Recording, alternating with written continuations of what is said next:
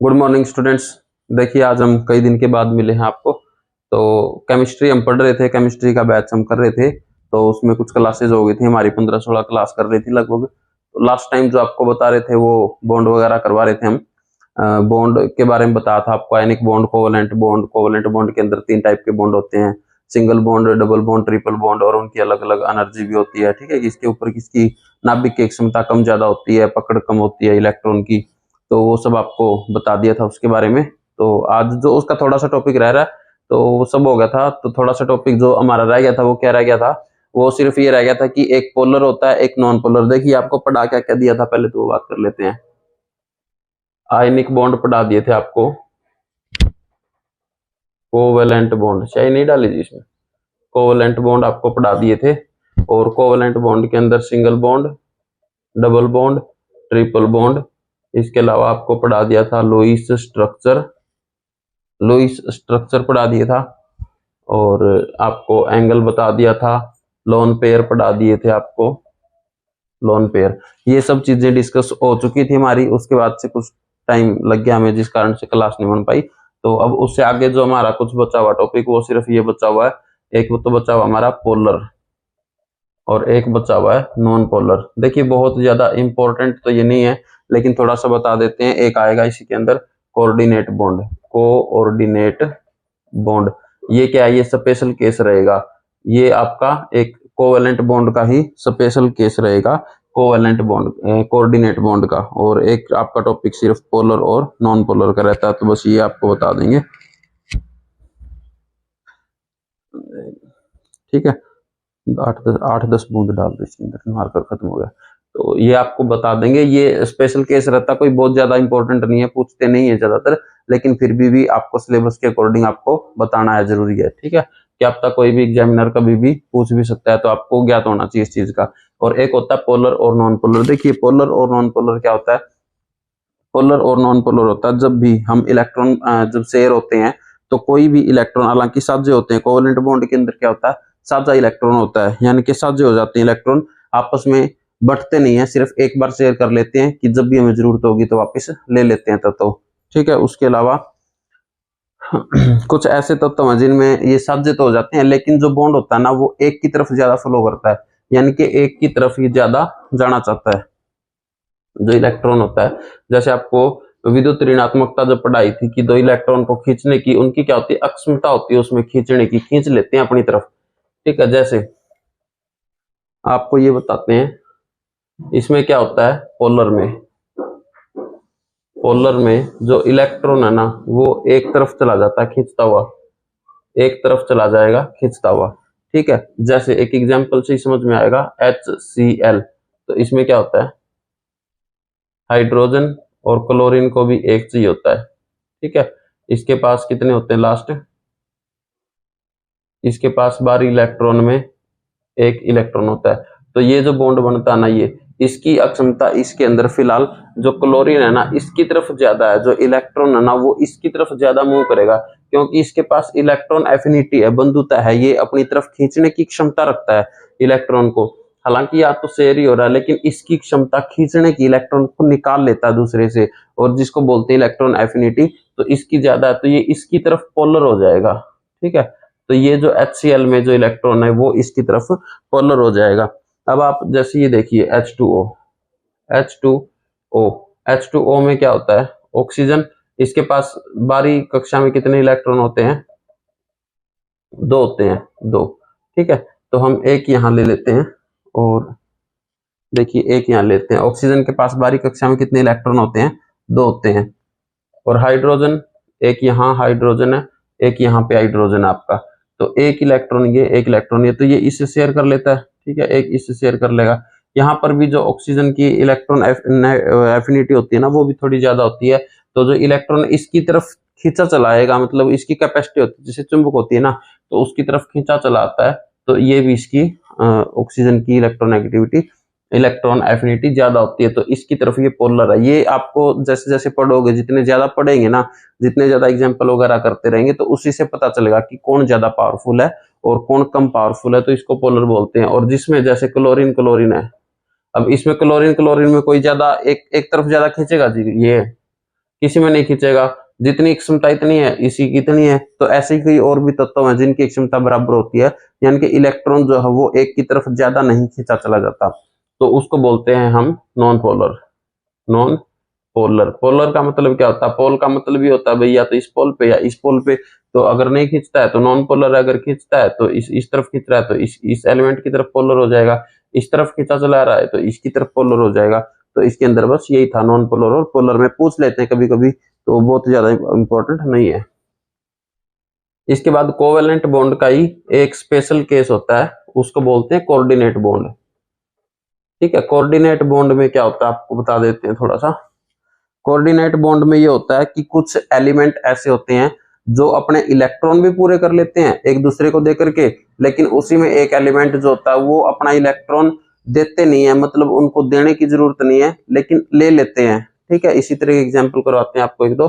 तो उसको coordinate bond में ऐसे कुछ यौगिक होते हैं, ऐसे कुछ कंपाउंड होते हैं जो अपने इलेक्ट्रॉन तो पूरे कर लेते हैं आपस में दूसरे के सारे, लेकिन एक एलिमेंट उसमें छूट जाता है। तो वो जो छूटा हुआ एलिमेंट है ना, वो दूसरे से तो ले लेगा क्योंकि उसको भी स्टेबल होना है अपने इलेक्ट्रॉन, लेकिन उससे दूसरा एलिमेंट नहीं लेगा। जैसे एग्जांपल देते हैं, NOF3। ठीक है, NO थोड़ा ऊपर लिख दीजिए,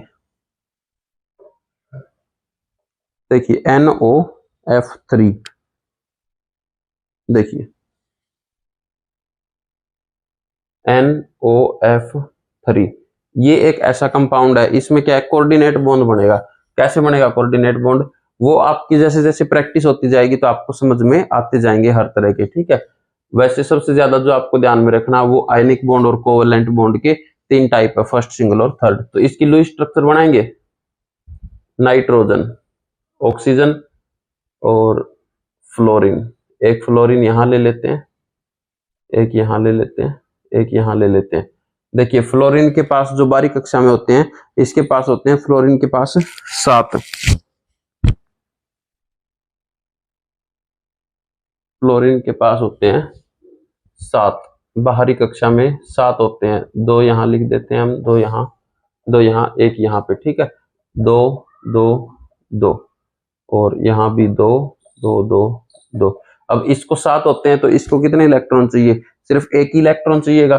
तो वो यहां से जो इलेक्ट्रॉन होगा ना यहाँ पे और इसके साथ रिएक्शन कर लेगा, और इसके पास होते हैं 5, 2 4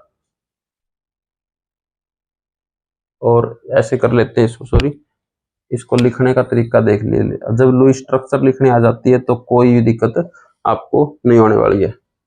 एक इससे शेयर करेगा, एक इससे शेयर करेगा, एक इससे शेयर करेगा, और यहाँ कितने हैं, 2 यहाँ पे है। ठीक है, अब देखिए नाइट्रोजन को कितने चाहिए, नाइट्रोजन की बारीक कक्षा में होते हैं 5 इलेक्ट्रॉन, इसको स्टेबल होने के लिए चाहिए 3 इलेक्ट्रॉन। अगर इसको किसी के साथ साझा हो जाए तो ये जो तत्व है नाइट्रोजन ये स्टेबल हो जाएगा। ऐसे ही फ्लोरीन की बारीक कक्षा में होते हैं 7, एग्जाम्पल है, वैसे क्लोरीन रख सकते हैं यहाँ पे हम। ठीक है, तो अगर इसकी बारीक कक्षा में 7 है तो इसको स्टेबल होने के लिए चाहिए 1। तो एक ये देखिए, ये साझा किया, एक यहां से साझा कर लेगा और एक यहां से साझा कर लेगा। ठीक है, अब देखिए कितने हुए, नाइट्रोजन के 5 थे, एक यहां से ले लिया 6, एक यहां से ले लिया 7, एक यहां से ले लिया 8। इस फ्लोरीन के पास 7 थे, एक यहां से ले लिया 8, इसके पास भी 7 थे, एक ले लिया 8। तो ये कंप्लीट हो गया सारा, तो ये आपका बन गया N। ठीक है, अब देखिए, अब इसमें दिक्कत क्या है, ऑक्सीजन के पास तो होते हैं बारीक कक्षा में 6, 2 4 6। ठीक है, अब इसको चाहिए 2, ऑक्सीजन को कितने चाहिए, 2 चाहिए। अब ये क्या करेगा, इसको भी तो जरूरत है ना ऑक्सीजन को, तो ये तो ऑक्सीजन तो 2 इलेक्ट्रॉन लेगा ताकि स्टेबल हो जाए, अपनी कक्षा में 8 इलेक्ट्रॉन बना लेगी।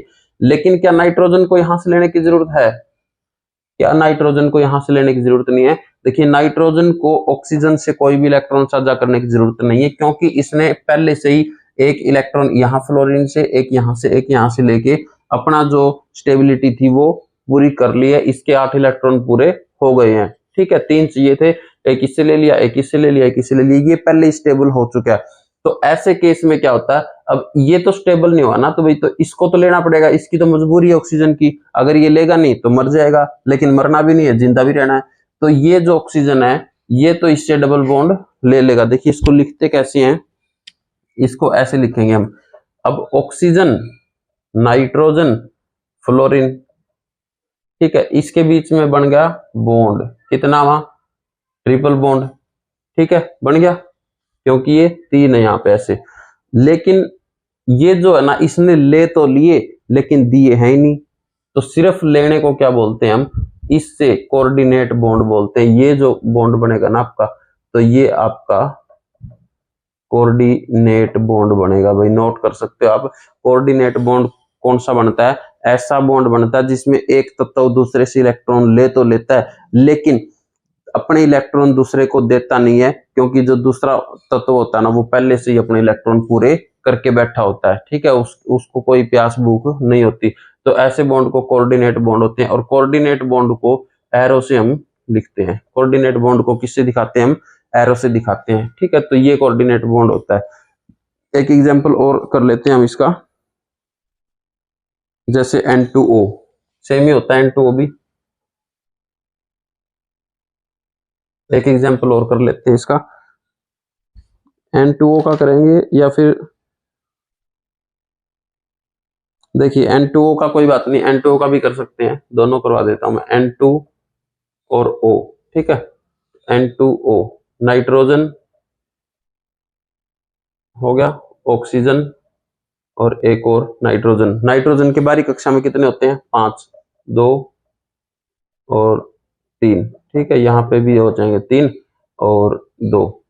ये 2 को हम यहाँ की बजाय यहाँ लिखते हैं, क्योंकि ऑक्सीजन को चाहिए। देखिए 5 होते हैं, 3 चाहिए, इससे इलेक्ट्रॉन साझा कर लिए, इसके पास 5 है, 3 चाहिए, इससे इलेक्ट्रॉन साझा कर लिए, तो क्या बन जाएगा, oxygen, nitrogen, nitrogen, 1 2 3, triple bond बन गया ये, ठीक है, हो गया, इसके पूरे हो गए। अब ये जो ऑक्सीजन है, ये भी तो बैठा है ना भाई, ये ऑक्सीजन भी तो बैठा है ना, कि मैं भी तो इलेक्ट्रॉन लेके स्टेबल हो जाऊं, तो ये किससे लेगा, ये इससे लेगा, ऑक्सीजन, नाइट्रोजन से। लेकिन क्या क्या ये नाइट्रोजन इससे लेगा क्या वापस, ये नहीं लेगा। तो अगर ये नहीं लेगा, सिर्फ ये लेगा, यानी कि ये तो ले रहा है लेकिन परमानेंट नहीं ले रहा, परमानेंट देगा तो इसके कम पड़ जाएंगे इलेक्ट्रॉन, तो ऐसा परमानेंट नहीं दे सकता, क्योंकि अगर इसने 2 परमानेंट दे दिए तो ये अनस्टेबल हो जाएगा वापस, तो इसलिए ये परमानेंट नहीं देगा, तो ये शेयर कर लेगा, ठीक है। तो ये हो जाएगा आपका कोऑर्डिनेट बॉन्ड। और कोऑर्डिनेट बॉन्ड क्या होता है, इस साइड इस तरह से एरो से दिखा जाता है ये, तो ये आपका, इसको बोलेंगे हम कोऑर्डिनेट बॉन्ड, ठीक है। तो इस तरह से बनता है भाई कोऑर्डिनेट बॉन्ड। एक एग्जांपल और देख लेते हैं, आपको जल्दी से इसको नोट कर लो एक बार आप, ठीक है, समझ में आ रहा है ना, नोट कर लो इसको। और एक एग्जांपल और करवा देता हूँ, NH4H का, ये जिसकी भी तरफ पोलर वो होता है, जो ले तो लेता लेकिन देता नहीं है, तो उसी की तरफ एरो का निशान आएगा। इसको ये लिखने का तरीका है एग्जैक्ट। आपको क्या करेगा, क्वेश्चन में ये भी दे सकता है और इसमें पूछ लेगा कि जो कोऑर्डिनेट बॉन्ड है ना, वो कौन बना रहा है, तो ये बना रहा है भाई ऑक्सीजन, ठीक है। ये ऐसे डायरेक्ट क्वेश्चन पूछ सकता है। एक एग्जाम्पल और कर लेते हैं हम इसके ऊपर, NH4OH, NH4, देखिए NH, सॉरी क्या था जी एग्जाम्पल, NH4H, हाँ ठीक है, NH4 ही है बस, NH4 क्या होता है, ये होता है आपका अमोनिया, ठीक है। तो ये जब रिएक्शन करेगा, देखिए नाइट्रोजन, इसके पास कितने इलेक्ट्रॉन, 1 2 3, 5 होते हैं टोटल, ये हो जाएगा 2। इसने रिएक्शन कितने से करनी है, इसको तो 3 ही चाहिए ना, तो एक हाइड्रोजन, एक हाइड्रोजन, एक हाइड्रोजन, इसको कितने चाहिए, 3 चाहिए, तो एक हाइड्रोजन इससे लेगा, एक इससे शेयर करेगा, एक इससे शेयर करेगा, तो हो गए पूरे। कितने थे इसके पास, 5 थे, कितने थे इसके पास, 5, एक इससे शेयर कर लिया, एक इससे शेयर कर लिया, एक इससे शेयर कर लिया, तो हो गए इसके 8। अब हाइड्रोजन को स्टेबल था, इसको लेने की जरूरत नहीं है, तो ये ऑटोमेटिक स्टेबल है। अब ये देखिए, ये हाइड्रोजन तो रह गया, ये किससे शेयर करे, तो ये जो है एक इलेक्ट्रॉन इससे ले लेता है ये, ठीक है। ये पोलर का एग्जांपल है शायद आपका,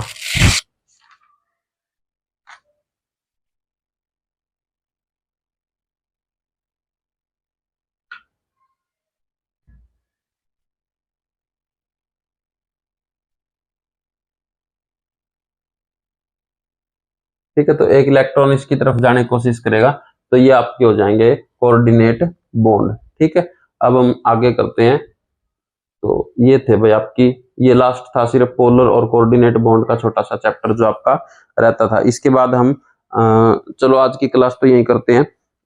अब आपने देख ही लिया कि जो सबसे मजबूत बॉन्ड होता है ना वो कौन सा होता है। कोवेलेंट बॉन्ड के अंदर सबसे मजबूत बॉन्ड जो माना गया है, माना गया नहीं है, वो होता ही है सबसे मजबूत बॉन्ड, ये होता है ट्रिपल बॉन्ड। ये वाला जो बॉन्ड होता है ये सबसे मजबूत बॉन्ड होता है। और सिंगल बॉन्ड जो होता है ना, सिंगल बॉन्ड, ये सबसे कमजोर बॉन्ड होता है। सिंगल बॉन्ड सबसे कमजोर बॉन्ड होता है। ठीक है, अब ये कमजोर और मजबूत क्या होते हैं, क्योंकि ट्रिपल बॉन्ड जो होता है ना, इसका जो साइज होता है ना वो छोटा होता है। इसका साइज जो होता है परमाणु का वो छोटा होता है, और जितना छोटा साइज होगा उतना ज्यादा न्यूक्लियस इसके ऊपर प्रेशर लगा पाएगा भाई, उतना ज्यादा इसके ऊपर प्रेशर लगा पाएगा। और सिंगल बॉन्ड का जो परमाणु का क्रमांक होता है ना वो बड़ा होता है। ठीक है, तो ये जो यहाँ तक पहुंचने में, यहाँ तक दूर तक, तो ये इसकी पकड़ कमजोर हो जाती है, इसलिए जो बॉन्ड होता है वो भी कमजोर हो जाता है आपका। ठीक है, तो ये आपके आज के लिए था। थोड़ा सा आपको अगर चाहे तो और भी बता सकते हैं, लेकिन आगे आपका जो है वो नया बॉन्ड, नया टॉपिक स्टार्ट हो जाएगा। ठीक है, एक दे रखा है इसमें आपका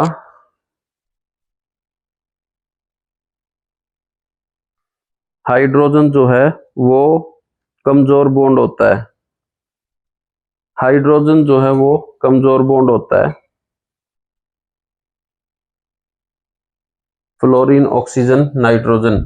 और एक ये ट्रिक आपकी FON, H जो है वो सिर्फ FON यानी कि फ्लोरीन, ऑक्सीजन और नाइट्रोजन, इनके साथ ही बॉन्ड बनाएगा। ये आप वैसे ध्यान में रख सकते हैं, फ्लोरीन, ऑक्सीजन और नाइट्रोजन के साथ ही सिर्फ बॉन्ड बनाएगा हाइड्रोजन। अगर इनके अलावा किसी से भी, इन तीन तत्वों के अलावा FON, phone, fluorine, oxygen, nitrogen के अलावा किसी से भी अगर हाइड्रोजन का बॉन्ड आपको मिले तो समझ लेना वो कोवेलेंट बॉन्ड था। ठीक है, अभी अभी हमने बनाया था NH4, किसके साथ है, NH4 के साथ है। कुछ नहीं देखना, ये देखना है कि FON है, हाँ नाइट्रोजन है, तो ये कोवेलेंट बॉन्ड नहीं है, ये आपका हो जाएगा दूसरा बॉन्ड। और अगर इनके अलावा कुछ भी मिले जैसे H2SO4, क्या इनमें FO ये है, तो अगर है तो ठीक है, नहीं तो वो कोवेलेंट बॉन्ड हो जाएगा। ठीक है, तो ये स्पेशल केस थे इसके। अब जो नया टॉपिक है वो कर लेते हैं आज भी, लेकिन नया टॉपिक स्टार्ट हो जाएगा हाइब्रिडाइजेशन, इसलिए हम इसको नेक्स्ट क्लास में करेंगे, हाइब्रिडाइजेशन।